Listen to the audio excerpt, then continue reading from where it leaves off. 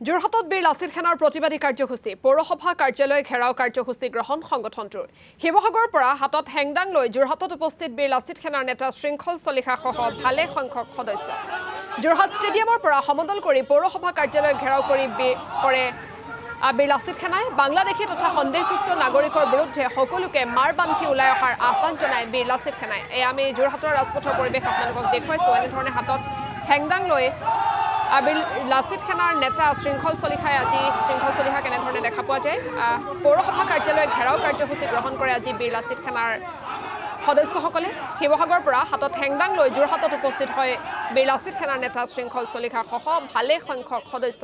যোৰহাট ষ্টেডিয়ামৰ পৰা সমদল কৰি পৌৰসভা কাৰ্যালয় ঘেৰাও কৰিব বীৰ লাচিত সেনাই বাংলাদেশী তথা সন্দেহযুক্ত নাগৰিকৰ বিৰুদ্ধে সকলোকে মাৰ বান্ধি ওলাই অহাৰো আহ্বান জনাইছে বীৰ লাচিত সেনাই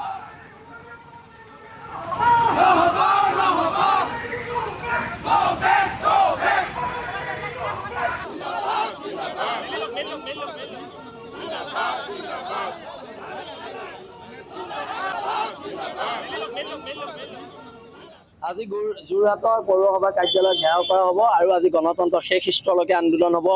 আজাদ চৌধুৰীক গ্ৰেপ্তাৰ কৰি জেল হাজতলৈ প্ৰেৰণ কৰিব লাগিব হাইকোৰ্টৰ অৰ্ডাৰ আছে ঘৰ এভেকশ্যন কৰিব লাগিব আৰু আজাদ চৌধুৰীক খিলঞ্জীয়া মানুহক যে দম দিব পৰা হ'ল এতিয়া আজাদ চৌধুৰীক পুলিচে গ্ৰেপ্তাৰ কৰিব নে বীৰ লাচিত সেনা ল'ৰাই তাক ঘৰৰ পৰা ধৰি আনিব সেইটো প্ৰশাসনে ডিচিশ্যন ল'ব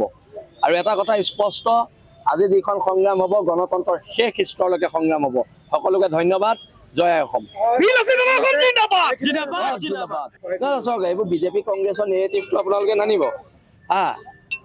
এইটো নেৰেটিভ এইকাৰণে নানিব যে